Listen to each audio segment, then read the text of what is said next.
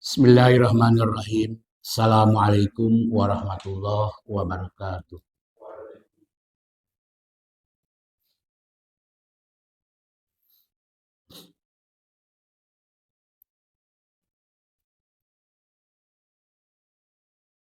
Alhamdulillahilladzi anzalal Qur'an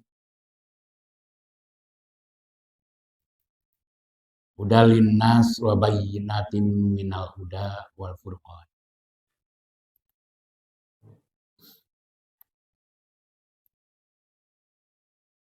Asyhadu an la ilaha illallah wahdahu la syarikalah wa asyhadu anna Muhammadan abduhu wa rasuluh. Allahumma sholli wa sallim wa barik ala nabiyyil karim Muhammadin wa ala alihi wa ashabihi ajma'in.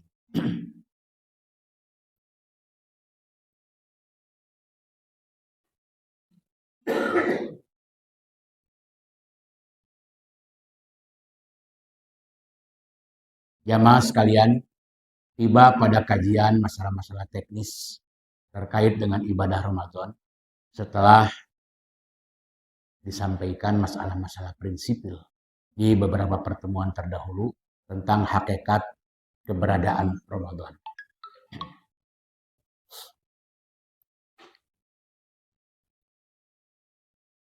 Kajian hari ini tentang etika dalam saum.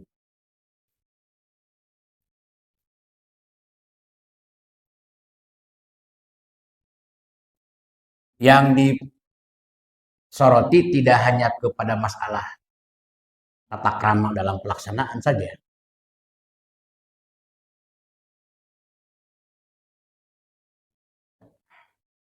tapi akan kita arahkan kepada persoalan-persoalan etik sosial kita. Karena sebetulnya ini semuanya merupakan kegiatan-kegiatan yang memiliki makna simbolik.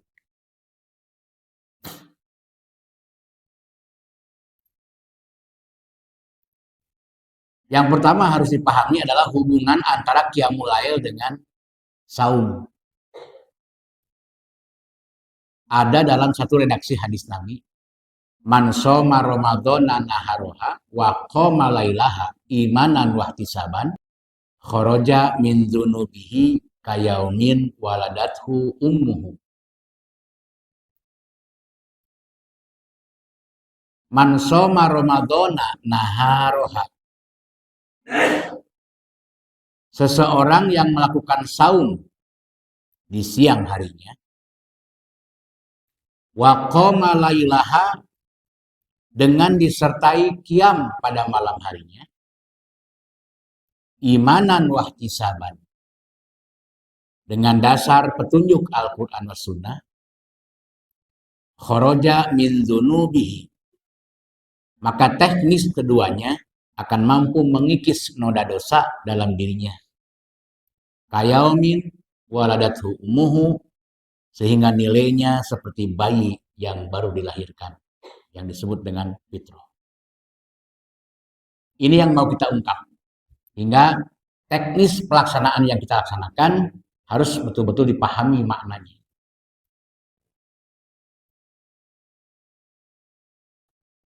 Jadi dalam sebuah Ramadan, antara qiyamul lail dengan saum itu memiliki hubungan, memiliki keterkaitan yang kuat. Ya. Sekali lagi, dalam satu Ramadan ada dua jenis kegiatan yang saling memiliki keterkaitan sehingga melahirkan satu penjelasan, yaitu antara qiyamul lail dengan saum pada siang hari selama bulan Ramadan. Nah, program kedua-duanya adalah tentang bagaimana membangun satu hidup dan kehidupan yang penuh berkah. Rugi hidup kita kalau tidak dalam kondisi diberkahi. Jadi kalau hidup ingin banyak keuntungan, maka harus ada dalam posisi penuh berkah. Jadi kedua-duanya merupakan teknis bagaimana meraih keberkahan. baik qiyamul lail ataupun saum. Karena kedua-duanya esensinya adalah sebagai tarbiyah tentang bagaimana membangun sebuah kehidupan. Baik ketika di dunianya maupun kelak nanti di akhirat. Saya akan mulai dari sini. Masyarakat dalam suatu negara akan disebut bahagia. Bahagia itu bagian dari berkah. Ya. Masyarakat dalam suatu negara akan disebut bahagia dalam kurung berkah jika pertama tinggi nilai spiritualnya. Ya. Ini penting untuk dipahami persoalan pertama ini. Jadi pada dasarnya masyarakat ingin hidup bahagia.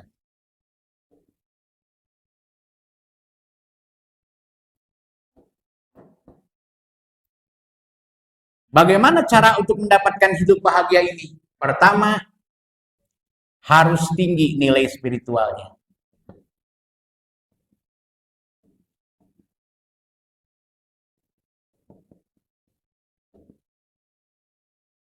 Nah, itu yang pertama kuncinya.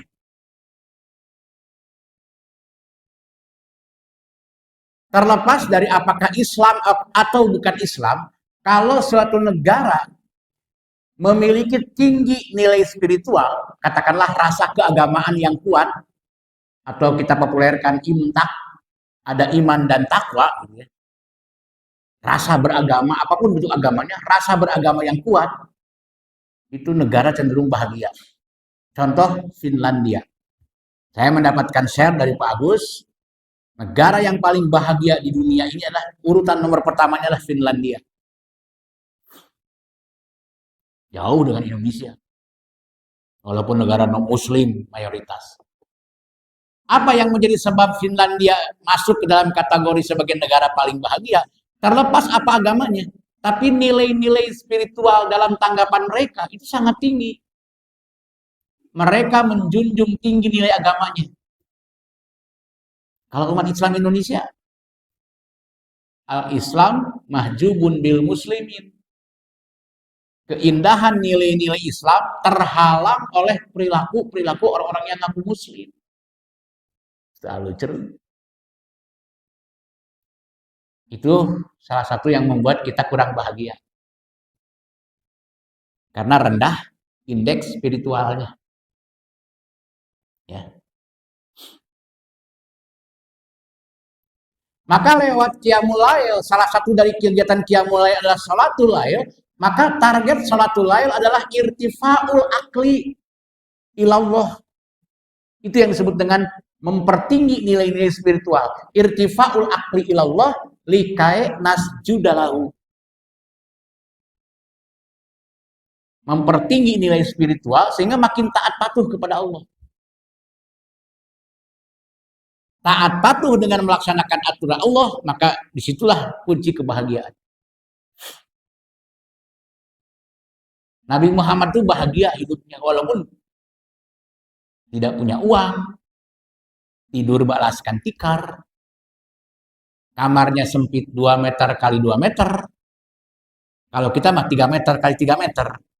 Masih lebih luas kamar kita dibanding kamar Nabi. Itu. Tapi walaupun seperti itu, Nabi Muhammad punya kendaraan yang canggih. Unta terbaik. Nabi Muhammad tuh memiliki unta-unta terbaik hadiah dari para sahabat.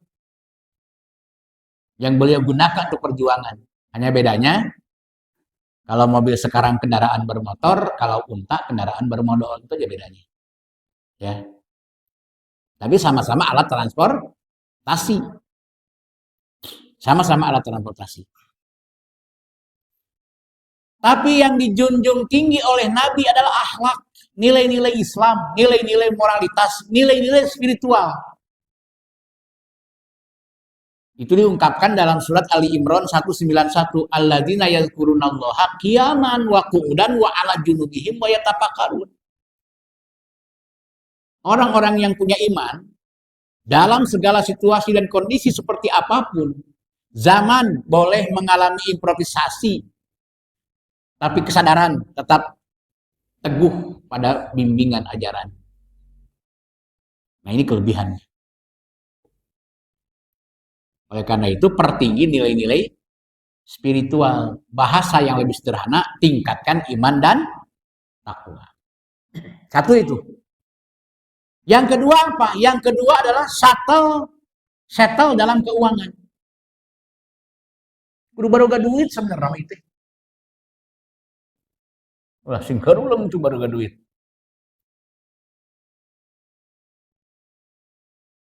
Settle dalam keuangan.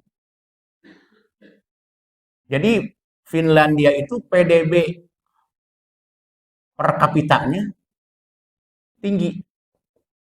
Negara menjamin tingkat kesejahteraan. Makanya tenang. Minus korupsi. Minus penyalahgunaan. Minus penyelewengan. Kalau Indonesia fakir, merasa nggak punya apa-apa, makanya udah rumah gede, mobil mewah juga masih kurang aja. Karena tidak disertai dengan tingginya nilai-nilai spiritual tadi. Sehingga uang gaji segitu gedenya tetap masih kurang. Dan tetap serakah gitu. Dan tetap mementingkan diri sendiri. Itu yang memicu lahirnya korupsi.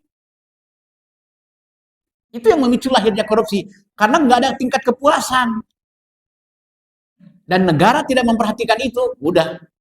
Kata Nabi, kadal pakru fi akhir zaman ayyakuna kufron. Kefakiran di akhir zaman akan menimbulkan penyelewengan dan kejahatan. Ya, itu kata Nabi. Kadal pakru fi akhir zaman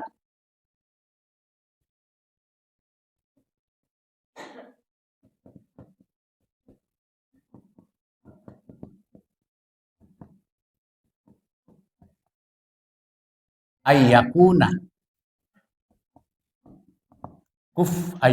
kufron. Kefakiran, kemiskinan di akhir zaman itu sering memicu penyelewengan dan kejahatan. Hati-hati mendekati lebaran, barang apapun banyak kehilangan. Sendal lengit, motor lengit, rumah dibobol. Mendekati lebaran nih. Nah, negara itu akan tenang, aman, bahagia jika PDB per kapitanya tinggi. Kalau Indonesia masih rendah.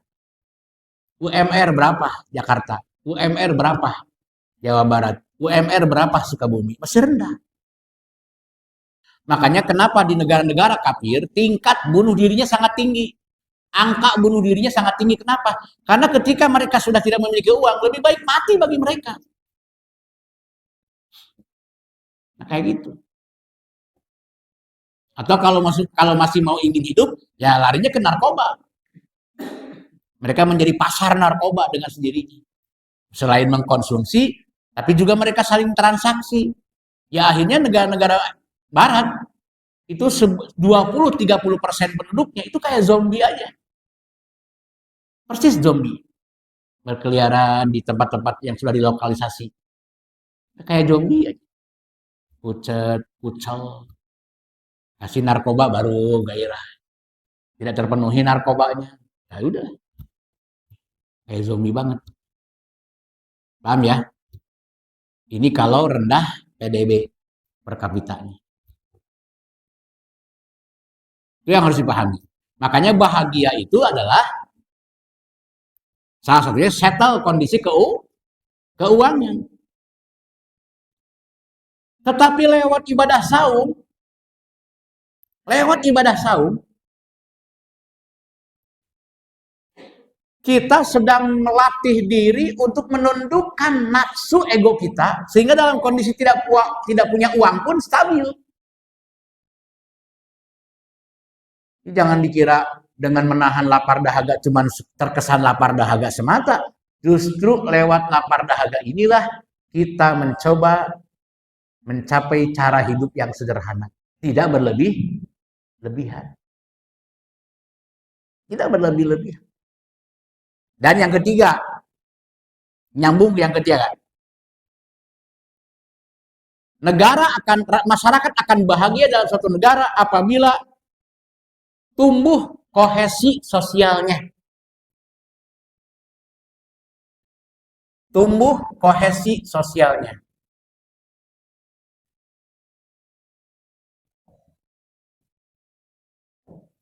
Ya, apa kohesi? Kohesi itu diambil dari bahasa kimia, ya, yaitu adanya unsur pelekatan dalam tanah. Jadi kalau tanah dengan batu masih kuat melekat, itu disebutnya kohesi. Batu dengan tanah yang melekat, basah tanahnya, itu kohesi. Tapi kenapa longsor? Batu dan tanah semuanya ngeberusut, karena tidak ada lagi unsur kohesi. Adanya ikatan saudara. Ikatan persaudaraan. Duduluran kohesi ini. Atau dalam bahasa Al-Quran disebut ruhama. Ini yang penting, kuncinya ini. Ruhama. Di negara barat, karena individualistik, yauman la tajzi nafsun an nafsin syai'a dalam Al-Baqarah 48, gaya hidup mereka sudah nafsi-nafsi alias individualistik, materialistik tapi individualistik. Udah masing-masing, gak peduli dengan orang lain. Maka kalau terjadi longsor besar itu wajar. Kalau terjadi longsor besar. Ini kan longsor besar. Dari mulai pejabat paling tinggi sampai ke pejabat terendah, itu benar-benar longsor besar ini. Nggak ada unsur kohesinya. Sehingga di luhur korupsi, kahanak deh korupsi. Jadi korupsi berjamaah. Yang disebut dengan kolusi. Kayak gitu. Ambruk udah. Ngeburusut. Rempag beres. Nggak bisa dipertahankan lagi. Negara kalau sudah seperti itu diambang kehancuran. Bahasa Al-Qur'annya syafa hufratin minan nar. Ada di bibir jurang kehancuran. Kenapa? Karena kalau sudah indeksnya rendah, maka ayyakuna kufron akan banyak timbul penyimpangan, penyelewengan, dan akan timbul pula kejahatan-kejahatan seperti korupsi. Itu kejahatan. Mencuri, maling, jamret, begal, rampok, itu kejahatan. Tapi dengan ibadah saum, kita akan memiliki kesiapan dalam ketiadaan. Ya. Dengan saum, kita akan memiliki kesiapan dalam ketiadaan. Kertubuh karena naon ge, hirup bahagia ku saum.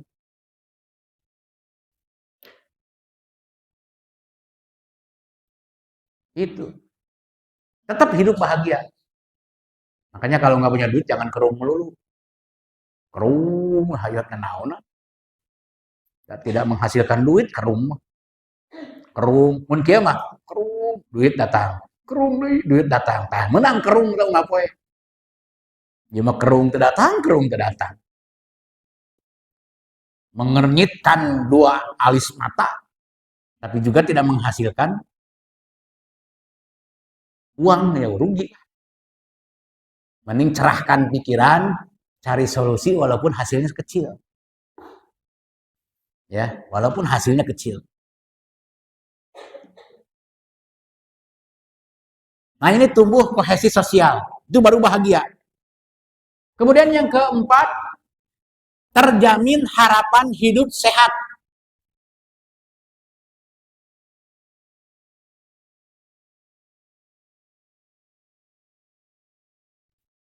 Ya.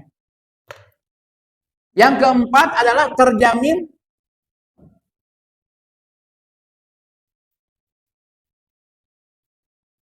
hidup sehat.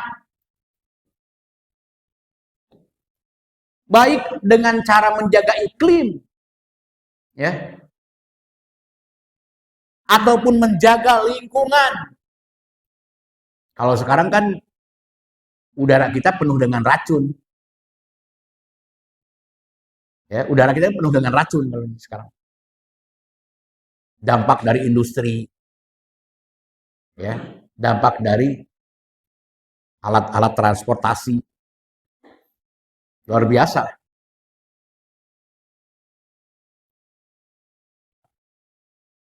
Jadi harapan hidupnya sehat, terjamin harapan hidup yang sehat. Juga terpeliharanya sumber daya alam. Maaf, lewat saum terjamin tuh. Sumu tasuku, lewat ibadah saum kita itu akan mendapatkan satu kondisi badan yang sangat sehat. Kita kan hari ini adalah berada dalam tubuh yang terbaik bila dibandingkan dengan kondisi tubuh-tubuh kita sebelum itu lewat saum. Apalagi kalau sehat ini diprotek oleh yang mengatur umat atau negara lah. Apabila negara memprotek masalah kesehatan, oh itu jauh lebih baik lagi. Jadi kalau negara belum menjamin, belum memprotek, jika ada satu negara belum memprotek masalah kesehatan, ya paling tidak kita bisa menjaga kesehatan sendiri. Karena itu bahagia. Banyak uang masuk rumah sakit. Pulang dari rumah sakit sehat, merasa baik, sembarangan makan lagi. Mentang-mentang banyak uang, rumah sakit lagi, nggak apa-apa. Ya ada orang yang penghasilannya miliaran, tapi karena bolak-balik ke rumah sakit, akhirnya habis duitnya. Kan hilang kebahagiaan. Ya, termasuk rumah tinggal. Termasuk rumah tinggal. Itu rumah tinggal kita harus nyaman.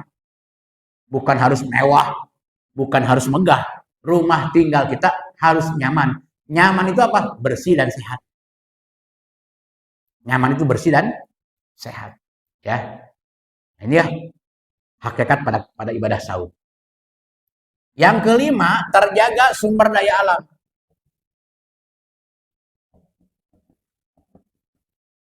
Ya, terjaga sumber daya alam. Saum itu mengerem nafsu kita. Ibadah saum adalah cara mengerem nafsu kita, sehingga akibat nafsu terjadilah eksploitasi besar-besaran. Nah, yang terakhir, bebas dari korupsi dan pengrusakan. Bebas dari korupsi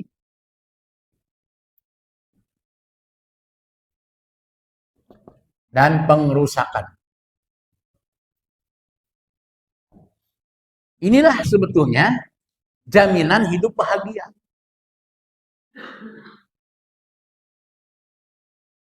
Yang kata Nabi, as-sa'adatul umam al-maskunul wasi wal markabul hayyi wajarus solih. Bahagianya umatku adalah apabila memiliki tempat tinggal yang layak, ya, nyaman dihuni, memiliki kendaraan yang baik, sehat, karamogokan, kemudian memiliki tetangga yang soleh, maksudnya lingkungan yang baik, yang disebut dengan kohesi sosial tadi. Itu kata Nabi, umatku akan bahagia. Nah, oleh karena itu, beberapa poin yang ingin sampaikan pada kajian hari ini, kita akan mempelajari mengenai etika saum yang dikaitkan dengan poin awal tadi. Tentang bagaimana meraih hidup bahagia. Coba kita lihat di makalahnya.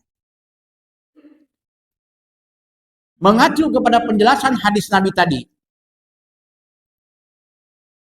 ada sebuah gambaran bahwa Allah dan Rasul hendak memadukan antara qiyamul lail dengan saum ini.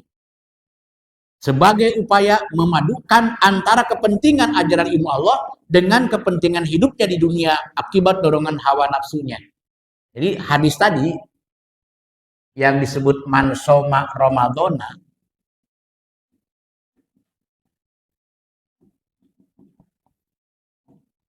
naharoha wa qoma lailaha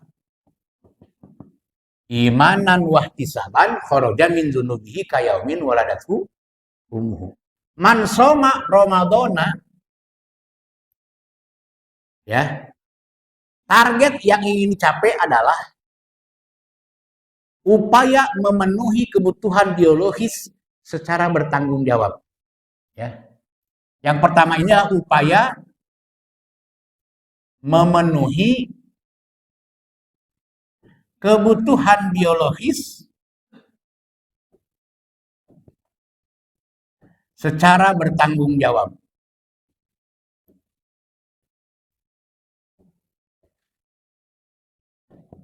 Ya. Jadi saum itu adalah upaya memenuhi kebutuhan biologis secara bertanggung jawab. Makanya ada imsak dalam saum itu. Menyetop, menahan keinginan makan minum dan keinginan kebutuhan seksual.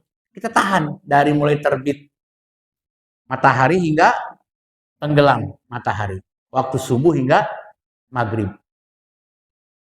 Kita menahan itu. Ya. Makanya kalau Nabi mengatakan rubal shaim laisa min siyamihi ilal juwal as, banyak orang yang melakukan saum tapi hasilnya hanya lapar dahaga. Ternyata saumnya umat Islam itu rata-rata tidak memahami ke sini arahnya. Pahamnya hanya tidak makan, tidak minum dan tidak melakukan hubungan suami istri. Pahamnya hanya sampai di situ. Itu juga tidak salah. Tapi itu kan letter luck. Itu kan fisiknya. Padahal sebenarnya adalah upaya memenuhi kebutuhan biologi secara bertanggung jawab. Bagaimana cara bertanggung jawab itu? Halalan toyiban wala tusrifu. Jadi secara bertanggung jawab itu adalah pertama halalan toyiban, dan yang kedua wala tusrifu. Ini kan sebenarnya yang ingin capai. Jadi ketika memenuhi kebutuhan biologis kita, pertama unsur halalnya harus betul-betul dipedulikan. Jangan asal makan uang. Amin halalin, amin haromin, terserah mau halal mau haram. Nggak begitu. Makanya ada upaya saum itu mengerem sebetulnya, menahan, menyetop, mengendalikan hawa nafsu. Thayyiban, kenapa di bulan Ramadan makanan yang baik bermunculan, tapi selesai Ramadan makanan jelek lagi. Kembali ke makanan jelek. Kan asin gitu tiap hari. Itu enak tapi belum tentu bagus. Ayo, lo asin ngapoy. Semoga bukan darah tinggi. Kayak gitu. Diatur. Ya, harus diatur makan itu. Apalagi usia-usia kita nih. Sudah bukan usia muda lagi. Jadi memang harus benar-benar pandai mengatur pola makan, mengatur pola minum. Nah, itu penting. Kemudian wala tusrifu. Nah, ini juga sangat penting, jangan berlebih. Makanya diatur untuk tidak berlebih-lebihan dalam proses bagaimana memulai sahur dan bagaimana mengakhiri dengan iftar kan gitu ya. Nanti akan dijelaskan. Makanya kita bicara etika nantinya. Tapi kebanyakan kan tidak tahu kondisi-kondisi seperti ini. Oleh karena itu, kita lihat di makalah, hubungan antara qiyamul lail dengan saum adalah sebagai upaya memadukan antara kepentingan ajaran ilmu Allah dengan kepentingan hidupnya di dunia akibat dorongan hawa nafsunya. Nah, kalau waqoma lailaha, tentang maqoma lailaha ini adalah mendorong untuk lebih mementingkan kepentingan ajaran, ya, kepentingan ajaran daripada mengikuti tuntutan hawahu. Nah, itu ya. Nah, kalau qiyamul lail mendorong untuk lebih mementingkan kepentingan ajaran daripada mengikuti tuntutan hawahu. Qiyamul Lail tuh. Jadi gerakan Qiyamul Lail itu adalah simbol atau tarbiyah dari gerakan Qiyamul Lail adalah lebih mengutamakan kepentingan ajaran. Ya. Lebih mengutamakan kepentingan ajaran daripada tuntutan hawa nafsunya. Kayak gitu. Ya.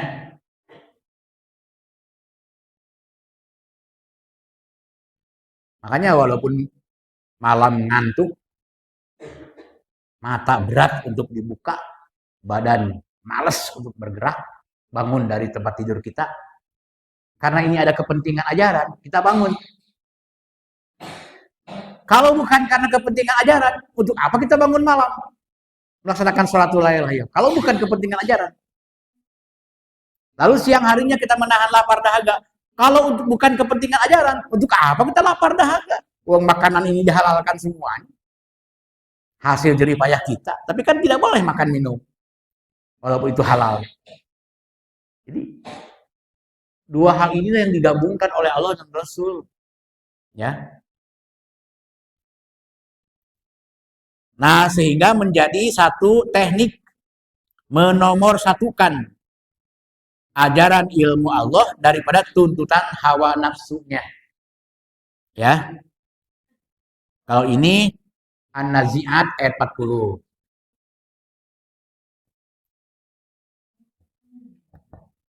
An-Nazi'at ayat 40. Mendorong untuk lebih mementingkan kepentingan ajaran daripada mengikuti tuntutan hawa-nya. Ya. Daripada mengikuti tuntutan hawa-nya. An-Nazi'at ayat 40. Wa amma man khofa maqama rabbihi wa nahan nafsa anil hawa.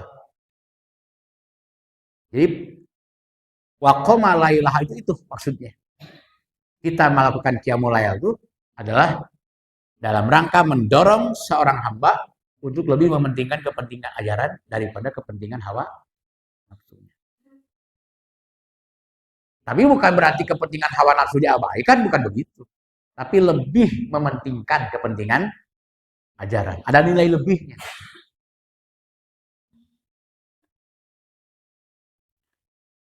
Dua, melebur segala bentuk kepentingan dirinya guna mengikuti kehendak Allah.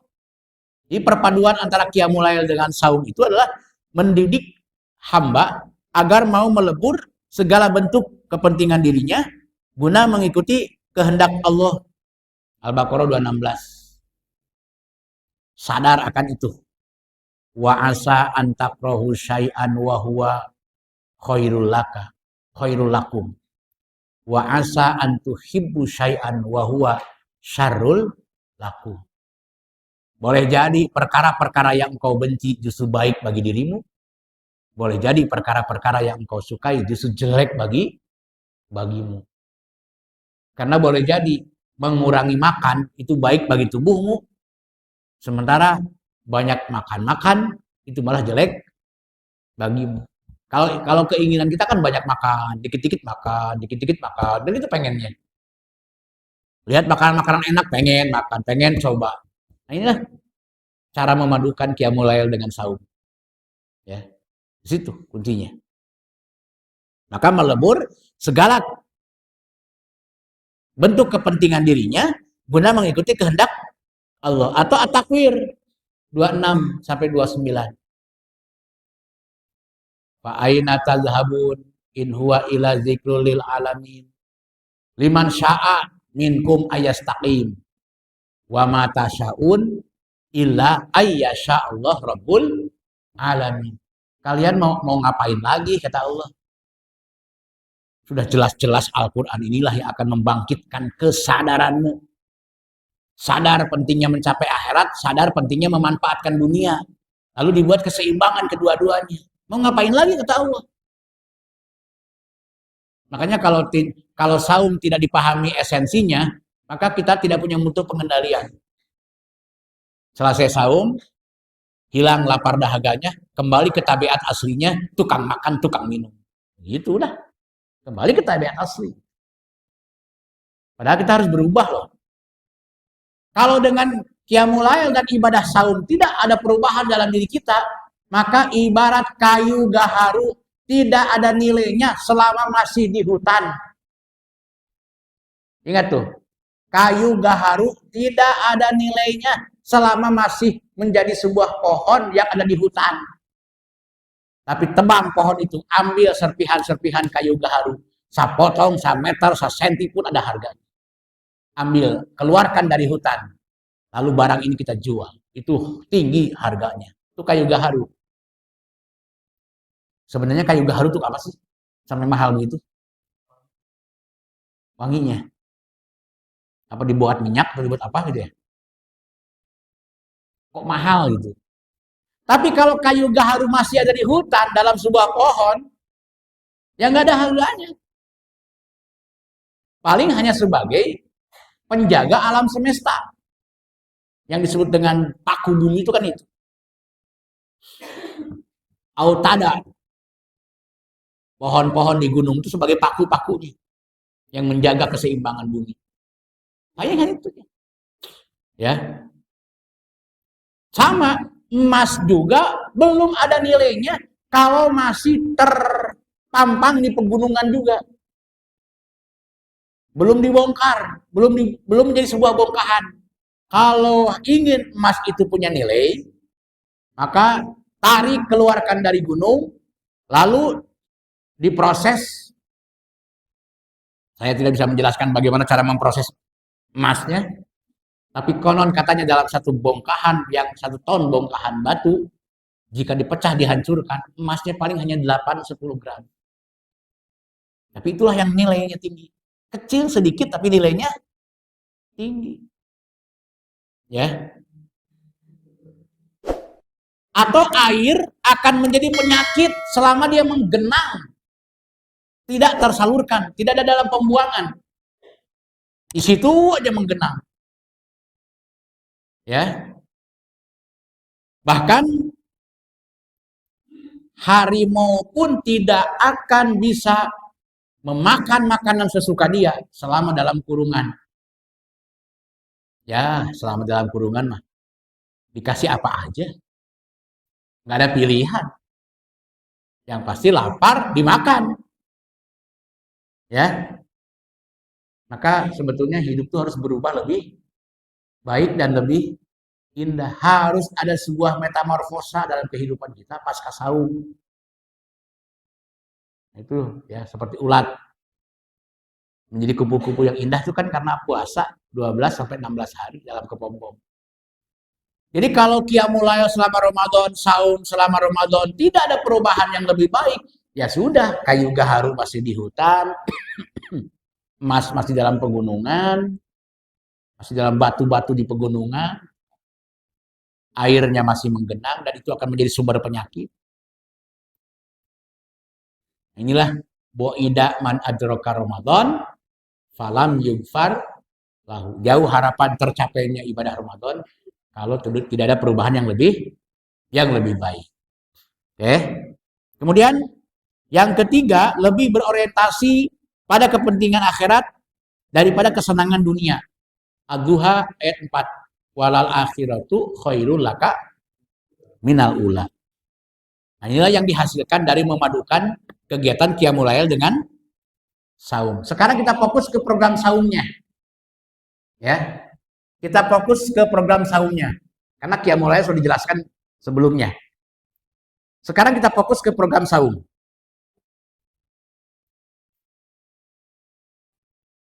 Kegiatan saum itu ditandai oleh dua tanda, dua keadaan alam. Ya. Kegiatan saum ditandai oleh dua kenyataan alam. Tulis. Kegiatan saum ditandai oleh dua kenyataan alam. Baru disebut saum tuh. Kalau mengikuti dua kenyataan tanda alam. Pertama, tulu isyamsi. Jadi saum itu dimulai dari min tulu isyamsi, mulai terbitnya matahari. Jadi ditandai oleh dua keadaan alam ya. Jadi saum kita itu ditandai oleh min tulu'i syamsi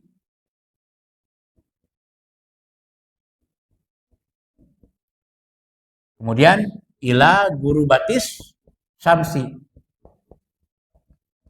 Ini ada apa? Ini ada tanda-tanda yang harus kita pahami. Dari mulai terbit hingga tenggelam matahari. Dan itu diungkapkan dalam surat Al-Baqarah ayat 187. Ya. Itu diungkapkan oleh Al-Baqarah ayat 187. Wa kulu washrabu hatta yatabayyana lakumul khaytul abyad minal khaytil aswad minal fajri summa atimmus syiyam ilal lail. Ini yang dijabarkan oleh Nabi ayat ini. Ayat ini dijabarkan betul oleh Nabi dengan detail sekali. Kalau ikut pengajian Nabi ya. Karena kita belum ngalaman ikut pengajian Nabi. Jadi kita belum pernah menyimak bagaimana detailnya Nabi menjelaskan ayat ini. Nah, inilah kewajiban saya untuk mendetilkannya sekarang. Ya. Apa yang diuraikan oleh Nabi itu. Kalau kita artikan Al-Baqarah 187, potongan ayatnya nih dari wakulu saja. Wakulu washrobu hatta yatabayyana lakumul khaytul abyad minal khaytil aswad minal fajri summa atimus syiyam ilal lail. Makan dan minumlah kalian dalam kurung sahur hingga waktu fajar tiba. Saya catat ya. Makan minumlah hingga waktu fajar tiba. Makan dan minumlah hingga waktu fajar tiba. Maka ini disebut apa? Sahur. Nah, ini disebut sahur dalam hadis Nabi. Makan dan minumlah kalian hingga waktu fajar tiba. Tandanya apa? Tandanya itu adalah garis putih ke garis hitam. Ya. Tandanya itu. Ya, artinya waktu fajar lah. Saya bilang ini tanda alam. Jadi memulai saum itu adalah mengikuti dua tanda alam gitu. Yang pertama minal fajri, mendekati waktu fajar, atau dalam surat Az-Zariyat ayat 18 wabil ashari. Ashar adalah waktu sahur yang mendekati waktu fajar. Makanya sahur yang terbaik adalah sahur yang diakhirkan. Itu yang terbaik. Bukan bangun jam 2 terus makan. Bangun jam 3 terus makan. Bahkan jam setengah 4 pun kelamaan. Mending kita ambil jam 4 ke waktu fajar.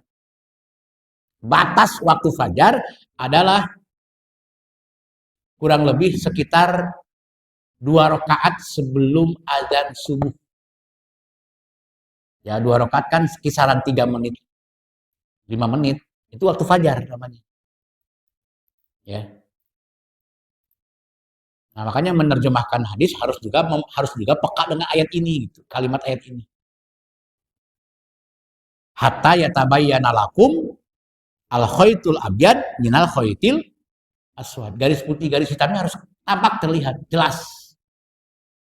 Berdasarkan pengalaman-pengalaman para sahabat dan kelanjutannya, itu kisaran jam segitu. Jam-jam yang mendekati waktu fajar sebelum tiba waktu subuh, sebelum tiba azan subuh. Ya.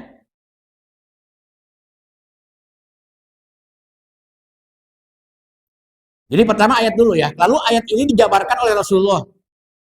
Pada poin yang kedua, sunnah kauliyah hadis Nabi. Pertama, istilah imsak. Istilah imsak adalah menyetop atau menahan untuk tidak makan minum dan melakukan hubungan suami istri selama sedang saum dari mulai terbit matahari hingga terbenam. Maka ini disebut imsak. Jadi imsak itu bukan tanda berhenti makan. Tapi yang dikatakan imsak itu adalah awal berhenti sampai maghrib. Ini disebut imsak. Nah gitu. Beberapa jam menahan, tidak makan, tidak minum, dan tidak melakukan hubungan seksual dengan pasangan halalnya. Jeung pasangan haram mah bugul, itu menang pisan teman. Ini mah dengan pasangan halal sudah nggak boleh. Dengan pasangan halal udah nggak boleh. Nah itu disebut imsak. Nah yang dipahami sekarang itu apa? Imsak itu 10 menit lagi ke azan subuh. Imsak, imsak. Padahal stop. Ulah ada lahar, eureun geus gitu. Dari sini mulai eureun sampai sini. Itu ya. Sudah tidak lagi makan minum. Maka saum memiliki arti imsak, tidak melakukan makan minum dari mulai terbit matahari hingga tenggelam. Jadi imsak itu ini. Maka ada kaitan dengan kejadian alam sebetulnya. Nah, hubungan sosial kita tidak boleh lepas dari kejadian alam. Tuh, kampung halamannya istri saya, Bunda Romlah. 2 hari yang lalu terdampak gempa yang hebat, banyak rumah yang ambruk di Pulau Bawean. Penyebabnya bukan Tuban, Bawean juga.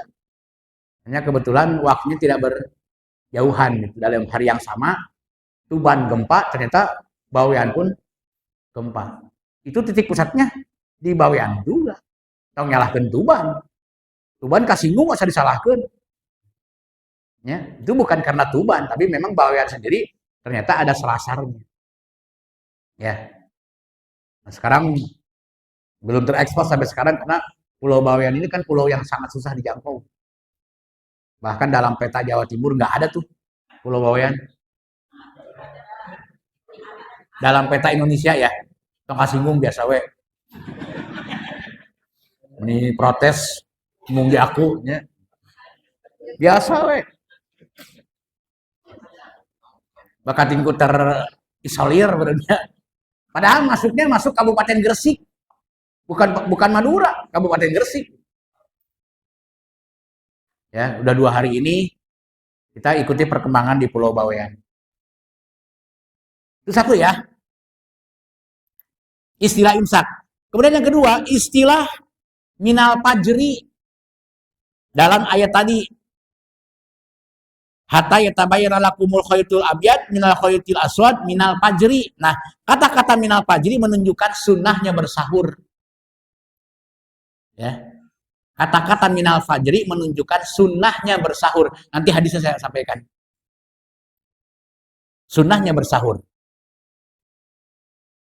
Jadi kalau Rasul bersahur, kenapa tidak bersahur? Bersahur. Fa inna suhur barokatun, malahan.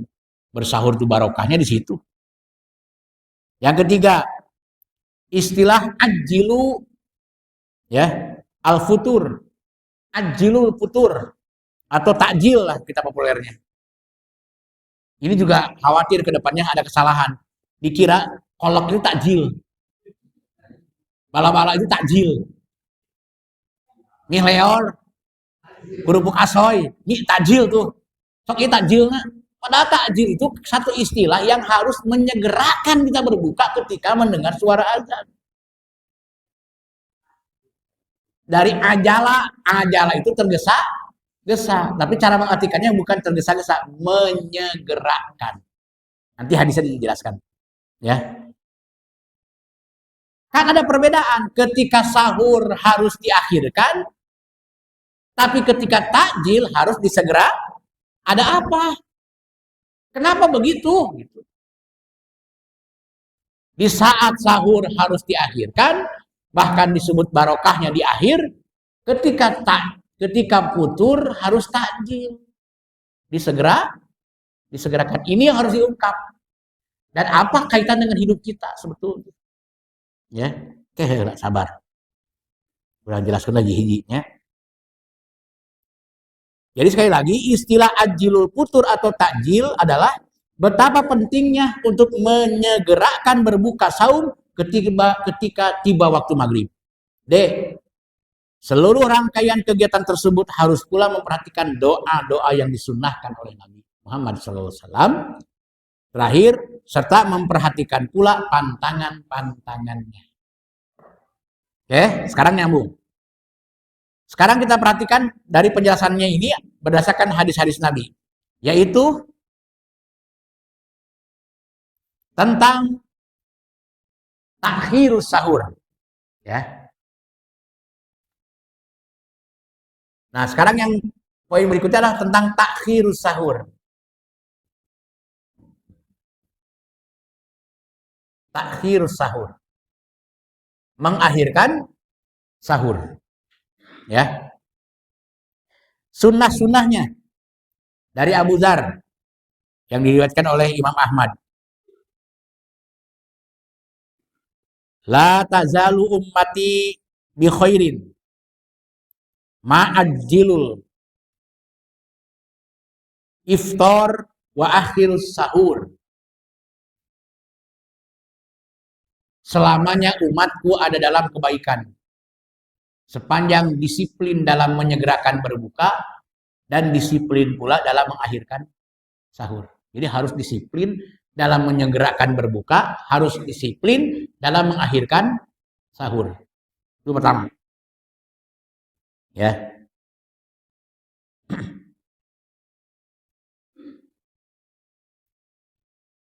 Sampai-sampai Anas bin Malik bertanya kepada Zaid.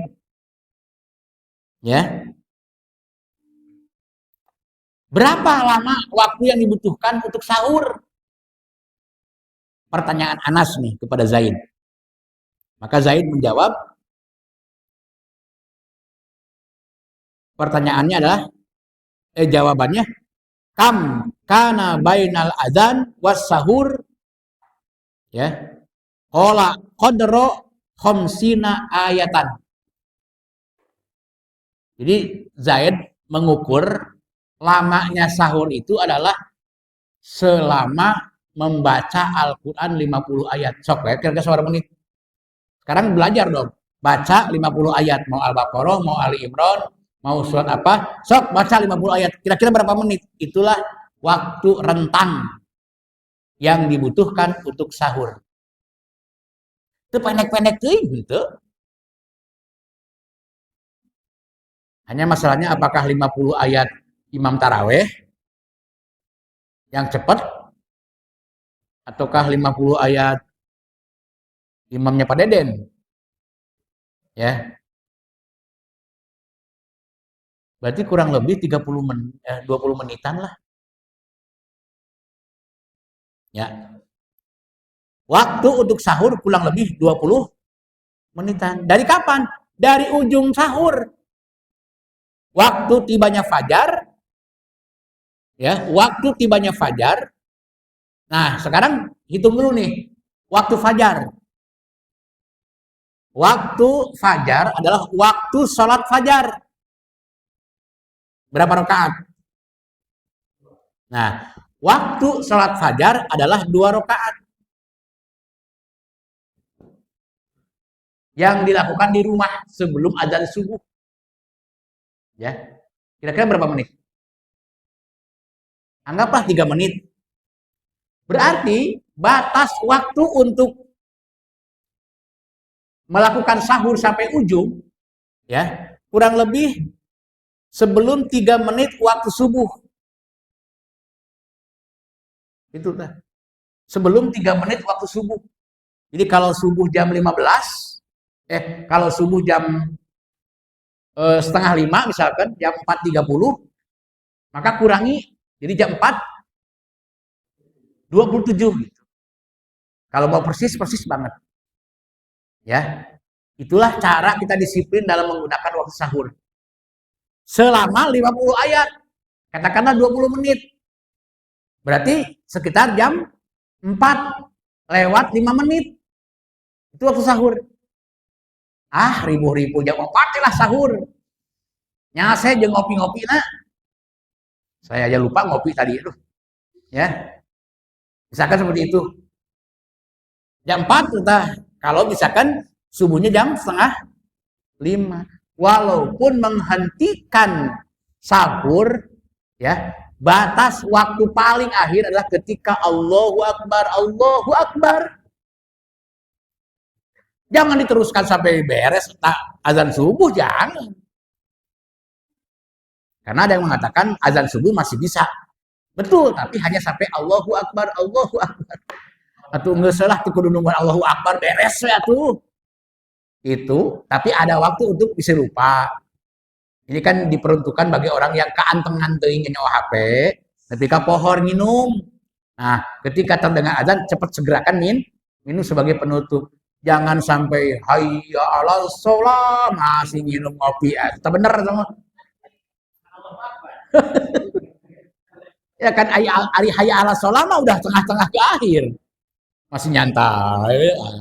Oke, udah beres azan subuh beres lah. Nggak bisa begitu, harus ada disiplin. Kalau mengacu kepada ayat dan hadis-hadis ini. Itu. Ya. Ya. Sok. Terkait dengan hadis Yusuf ini farhatan. Ya.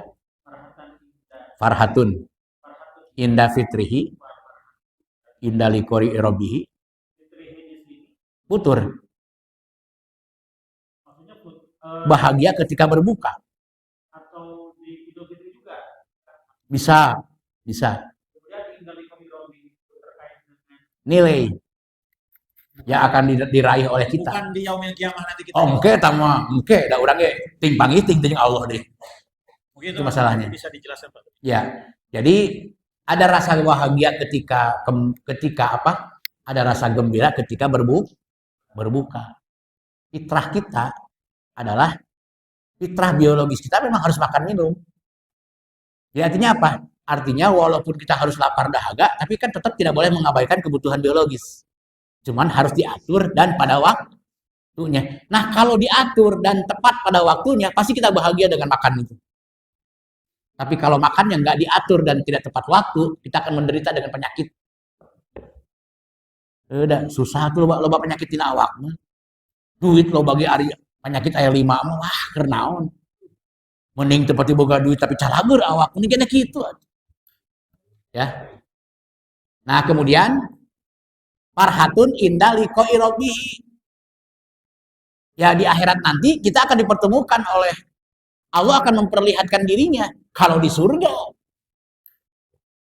Ketika nanti di surga. Jadi betapa bahagianya Allah kepada orang-orang yang saum. Nanti akan dijelaskan di bagian berbukanya. Doa berbuka. Nah, itulah kegembiraan itu yang akan dirasakan oleh orang-orang yang saum. Makanya kasihan deh yang ngedul saum. Dia tidak menemukan dua kebahagiaan itu. Ya. Itu sebetulnya nanti akan diungkap di bagian akhir. Ketika kita akan menjelaskan mengenai Idul Fitri. Berikutnya. Akhirus sahur fa inna ta'khirus sahur barokatun. Akhirkan sahur. Karena di akhir sahur itulah nilai berkahnya. Salah satu nilai berkahnya apa? Salah satu nilai berkahnya adalah kita tidak terlalu panjang waktu. Misalkan makan jam 2, jam 3, terlalu panjang kita menahan lapar dahaga.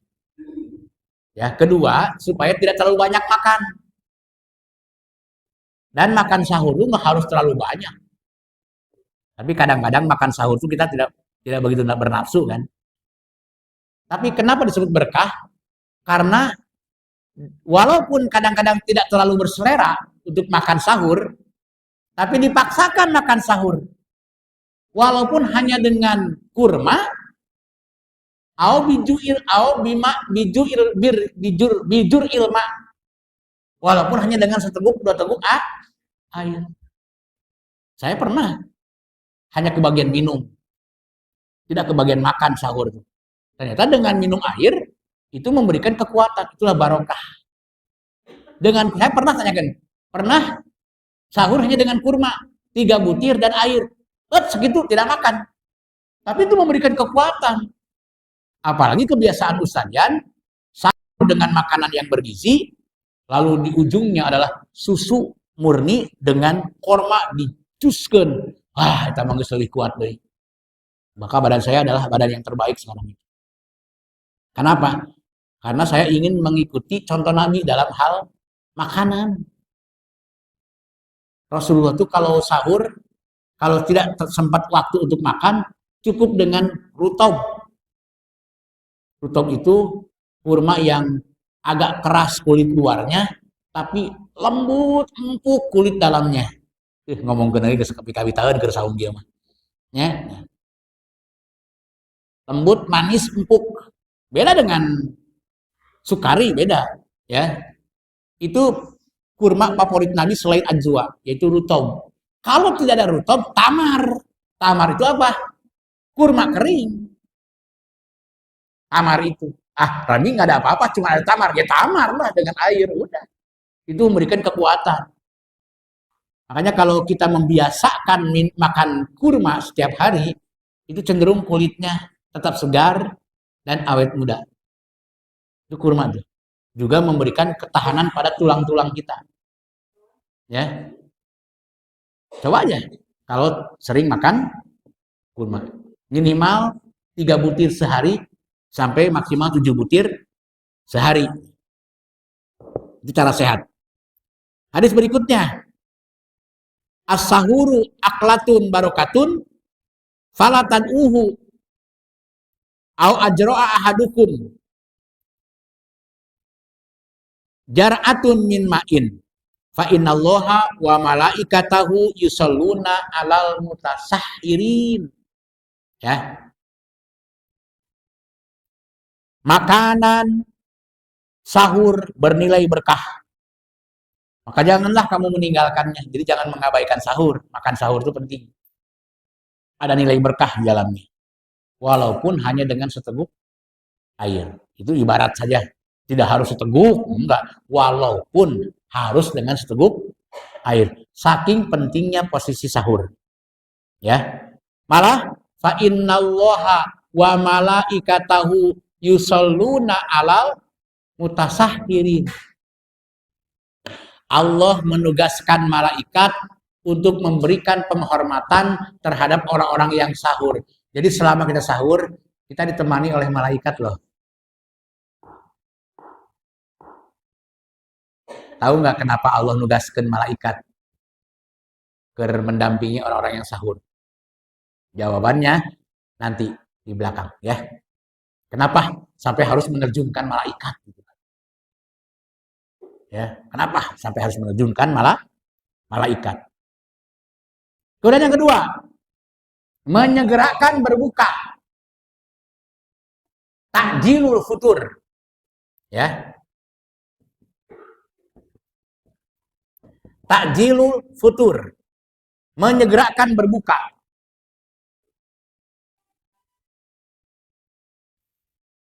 Penjelasan Rasulullah, la yazalun nas bi khairin ma ajilul futur. Riwayat Bukhari ya. Imam Ahmad, maaf. Selamanya manusia dalam kebaikan ketika dia mensegerakan berbuka. Jadi ada nilai-nilai kebaikan dalam hidup kita kalau menyegerakan berbuka. Nanti cara menyegerakan saya jabarkan lagi. Hadis Bukhari Muslim. Kana ashabu Muhammad asra'an nas iftaron wa abtauhumus sahur. Mereka, para sahabat-sahabat Nabi, adalah orang-orang yang paling menyegerakan berbuka, tapi paling mengakhirkan sahurnya. Jadi sudah sepakat tuh Nabi dengan para sahabat, urusan sahur disegerakan, urusan sahur diakhirkan, urusan berbuka disegerakan, ya. Nah, adapun yang ingin saya sosialisasikan sekarang adalah ketika kita berbuka. Ya. Ketika kita berbuka. Ini sudah merupakan kajian saya sendiri selama bulan Ramadan ini. Jadi doa-doa ketika berbuka ini ada 3 dalam satu kegiatan. Tiba waktu berbuka.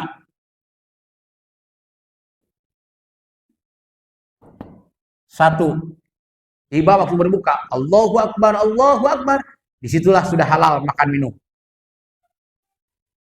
Maka doa yang kita baca bukan langsung zahabad doma'u. Hati-hati itu. Jadi doa yang kita baca Allah adalah Allahumma laka sumtu wa bika amantu wa ala rizkika aftortu. Itu sebelum minum, sebelum makan.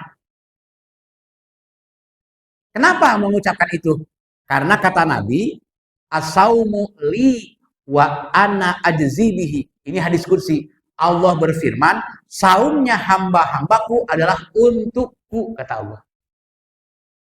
Saumnya hamba-hambaku adalah untukku. Maka dijawablah oleh seorang hamba, Allahumma ya Allah, laka sumtu, untukmu aku saum. Karena pernyataan Allah, as-saumuli wa ana ajzi bihi. Saumnya hamba-hambaku adalah untukku, kata Allah tuh. Makanya Allah menyukai so'imin begitu. Karena mereka menahan lapar, mereka menahan haus untukku, kata Allah. Wa ana ajzi bihi, saking gembiranya aku, maka aku yang akan menghadiahi kepada mereka langsung segala nilai-nilai dari saumnya. Allah langsung turun tangan, nggak perlu nyuruh malaikat, enggak. Kullu amali bani Adam lahu, seluruh amalan manusia untuknya, illa saum, kecuali hanya saum. Wa huwa li wa ana ajzi bihi. Itu redaksi benernya, lengkapnya. Kecuali hanya saum. Saum mereka untukku dan akulah yang akan langsung menganugerahkan nilai-nilai atas saumnya mereka. Jadi Allah turun tangan tuh ngasih sesuatu ke kita. Nggak usah nyuruh-nyuruh Mikail, nggak usah nyuruh-nyuruh Jibril, nggak usah nyuruh-nyuruh malaikat yang lain. Allah yang langsung. Fa inni qarib. Dalam Quran itu. Aku yang mendekat, kata Allah. Bayangin seorang pencipta mendekat kepada ciptaannya. Bagaimana? Kenapa? Wato atau makbulah, saking Allah suka cita dengan ketaatan-ketaatan hamba-hambanya. Makanya berbalas pantun ketika li wa ana ajzi bihi, maka kita jawab Allahumma laka sumtu. Ya Allah, untukmu aku saum. Wa bika amantu. Dari mana itu kalimat wa bika amantu muncul? Dari mansoma renaharoha imanan wah tisaban, imanan wah tisaban. Maka dijawab oleh kita, wabika amantu, dan aku lakukan semua ini karena imanku kepadamu. Karena imanku kepadamu, aku mau lapar, aku mau menahan haus. Kutiba alaikumusiyam, ya aku ikuti. Maka wabika amantu, wa ala rizkika aftortu, baru menghadapi makanan. Wa ala rizkika, dan semuanya ini karena rizkimu ya Allah. Aftor tuh aku siap berbuka. Ingat kalimatnya, aftor tuh aku siap berbuka. Kan sesuai itu. Nah, barulah minum. Karena dianjurkan minum dulu. Baru makan manis-manis. Maka ketika satu teguk, dua teguk masuk ke tenggorokan, lak, baru zahabat zoma'u wabtalatil uruku wasabbatal ajroni insya Allah. Jangan itu diucapkan sebelum minum. Itu orang yang tidak tahu artinya. Telah hilang hausku dan telah basah tenggorokanku, baru minum. Orang ngaco. Masuk dulu air. Setelah air masuk, baru ucapkan zahabal doma'u, telah hilang dahagaku. Kan itu artinya. Berarti kalau telah hilang dahagaku, telah masuk air dulu dong. Jadi harus nyambung. Zahabal doma'u wabtalatil uruku, dan telah basah tenggorokan. Berarti kan segar. Segar. Ya. Nah, baru wasab batal ajroni insya Allah. Dan berikan nilai atas dua keadaan itu. Apa dua keadaan tadi? Haus dan basah tenggorokan. Mudah-mudahan hausnya diberikan balasan, keringnya tenggorokan pun diberikan balasan dengan masuknya air tadi. Nah, ini luar biasa sebetulnya.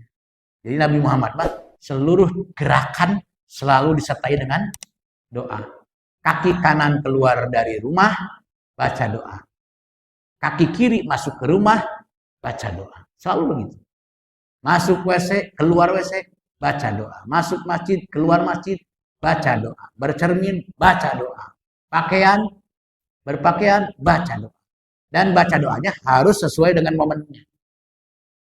Nah, setelah meminum air tadi, akan memulai makan makanan.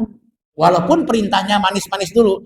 Maka barulah Allahumma barik lana fima rozaqtana wa qina azaban. Ya. Jadi ketiba waktu berbuka, maka ucapkan terlebih dahulu. Nah, ini sebelum minum dan makan. Udah, nggak usah ditulis ya, udah hafal ya. Allahumma lakal sumtu wa bika amantu wa ala rizkika aftartu. Ya. Kemudian doa sesudah meminum. Sesudah minum air. Ya. Zahabat zoma'u. Wabtalatal uruku. Wasabbatal ajroni. Insyaallah. Ya. Baru mau makan apa saja, termasuk makanan yang berat, ya. Allahumma barik lana fima rozaqtana wa qina azabannar. Dan ketiga-tiganya ada dalam kitab-kitab hadis. Ya, riwayat Bukhari Muslim. Jadi ini sangat berkah ketika kita berbuka. Tetapi kebiasaan Nabi setelah minum dan makan yang manis-manis, beliau langsung melaksanakan sholat dulu. Sholat maghrib. Saya tadi maghrib di Karawang itu udah menyimpang itu kemarin. Jadi begitu tiba waktu maghrib, langsung pada makan tuh. Ya, langsung pada makan. Ya di tempat orang mau bagaimana? Di tempat orang. Padahal saya maunya itu sholat dulu gitu kan. Akhirnya begitu terlaksana sholat berat. Ya, harus kealaman memang. Oh gini ripuhnya, iya harus lama sholat teh. Malah cenderung santai, maghrib sudah dari tadi gitu kan. Kacang muilan, cepak-cepak tuh pada dulu gitu. Ya. Sampai sini ada pertanyaan dulu nggak?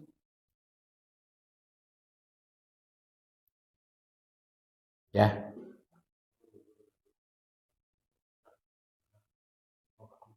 Nggak ada. Itu Quran itu nggak ada kaitan dengan kejadian-kejadian. Karena ada kejadian ini, turunlah wahyu ini. Nggak ada itu. Tapi kalau aspek sejarah ada. Kalau aspek sejarah ada kaitan dengan sejarah. Contoh. Kenapa Allah memilih malam hari di bulan Ramadan menurunkan wahyu? Itu ada sejarahnya. Contoh, Allah menurunkan wahyu pertama kali kepada Nabi Ibrahim. Tanggal 1 Ramadan. Malam hari semuanya. Malam hari 1 Ramadan. Allah turunkan Zabur kepada Nabi Daud.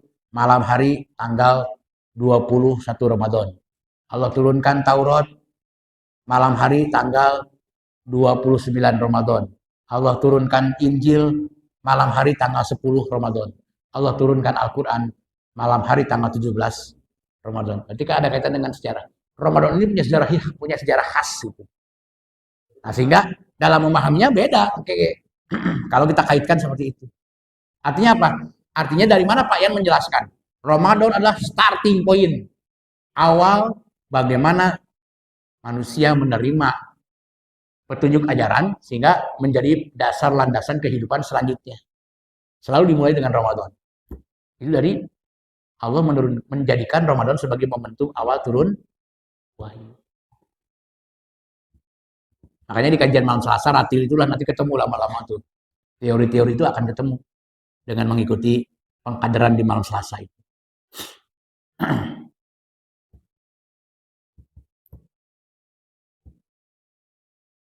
Cukup? Lapar? Haus? Semoga menjadi amal soleh bagi kita. Jamaah sekalian, ini sebetulnya bagian pertama ya mengenai etika dalam saum. Nanti di pertemuan berikutnya masih etika dalam saum. Ini terkait dengan cara menahan lapar dahaga, cara menahan mata, telinga, mulut, pikiran, ya. Kemudian juga hal-hal yang menjadi pantangan-pantangan. Ini sangat penting untuk kita perhatikan. Insya Allah akan ada bagian yang kedua tentang etika dalam saum. Untuk sementara demikian, mudah-mudahan ada manfaatnya. Alallahi tawakkalna wa ilaihil masir. Wassalamualaikum warahmatullahi wabarakatuh.